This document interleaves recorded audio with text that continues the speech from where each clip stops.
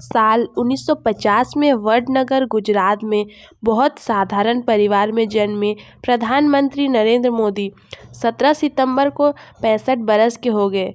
एक चाय बेचने वाले कभी देश का पीएम भी बनेगा, ये किसी ने नहीं सोचा था। मोदी ने राजनीति शास्त्र में एमए किया। बचपन में ही उनका संघ की तरफ खास झुकाव था और गुजरात में आरएसएस का मजबूत धारा भी था। वे 1967 में 17 साल की उम्र में अहमदाबाद पहुंचे और उसी साल उन्होंने राष्ट्रीय स्वयंसेवक संघ की सदस्यता ली।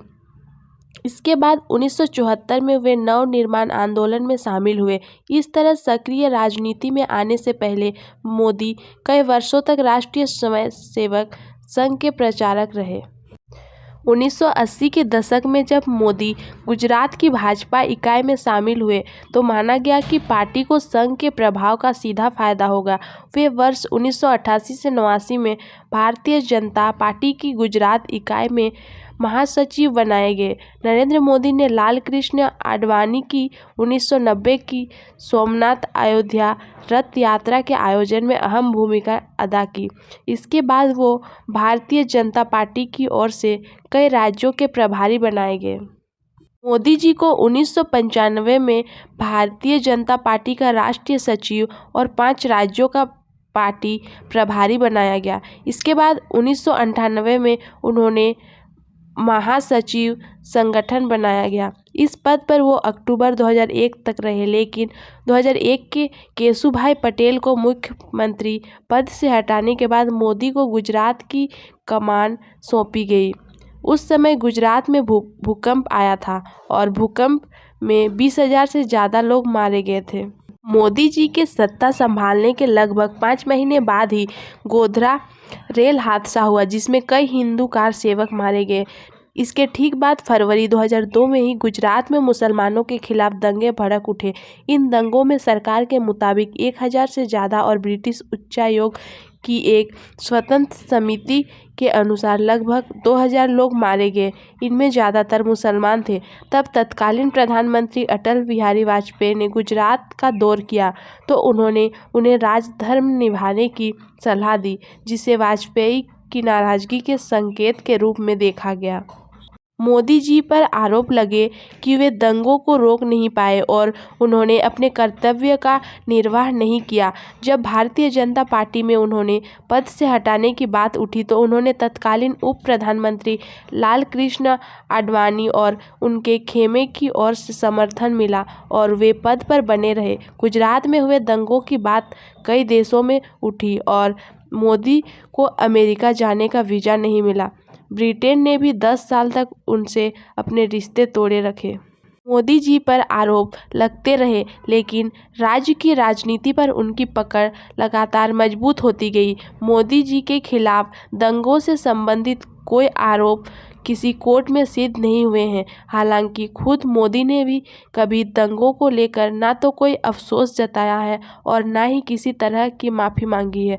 महत्वपूर्ण है कि दंगों के चंद महीनों के बाद ही जब दिसंबर 2002 के विधानसभा चुनाव में मोदी ने जीत दर्ज की थी तो उन्हें सबसे ज़्यादा फायदा उन इलाकों में हुआ जो दंगों से सबसे ज़्यादा प्रभावित थे।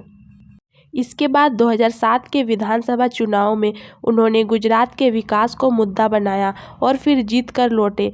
फिर 2012 में भी नरेंद्र मोदी जी के नेतृत्व में भाजपा गुजरात विधानसभा चुनाव में विजयी रहे और अब केंद्र में नेतृत्व में सरकार चला रहे हैं।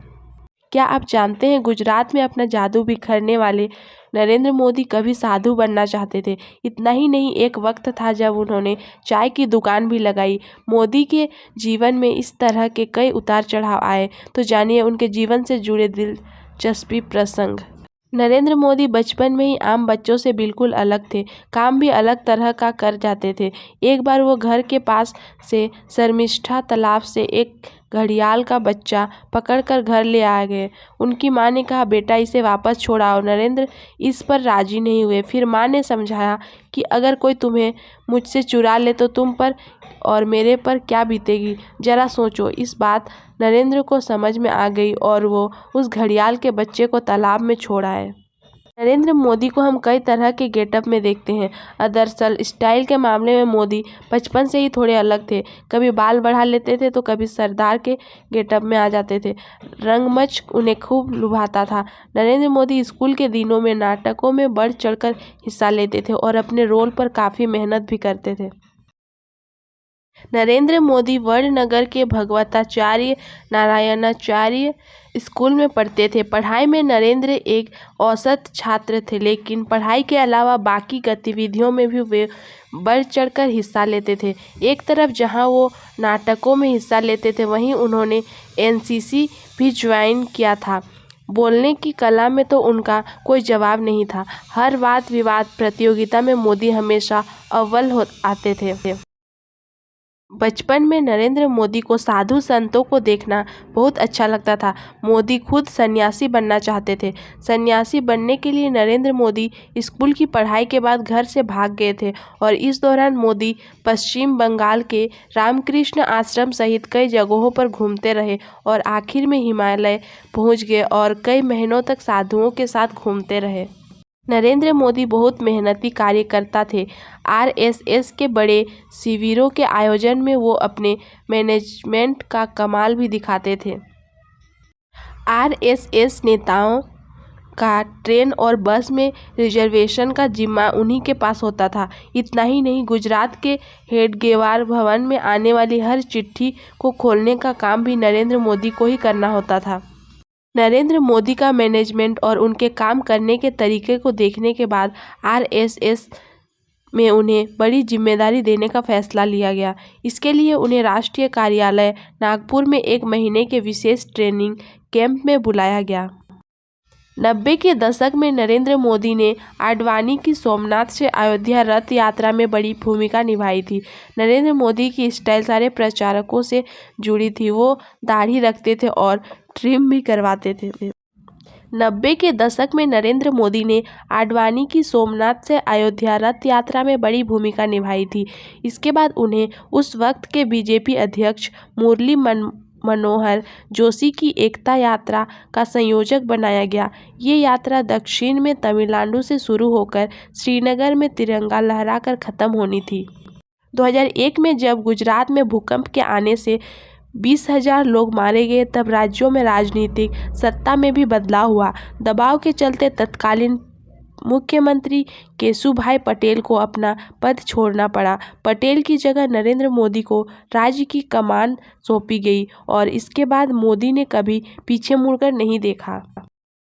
वर्ष 2002 में गुजरात ही नहीं, पूरे देश के इतिहास में वो काला अध्याय जुड़ गया जिसके बारे में किसी ने सोचा नहीं था। गोधरा में एक ट्रेन में सवार 50 हिंदुओं के जलने के बाद पूरे गुजरात में जो दंगे भड़के, उसका कलंक मोदी आज तक नहीं धो पाए हैं।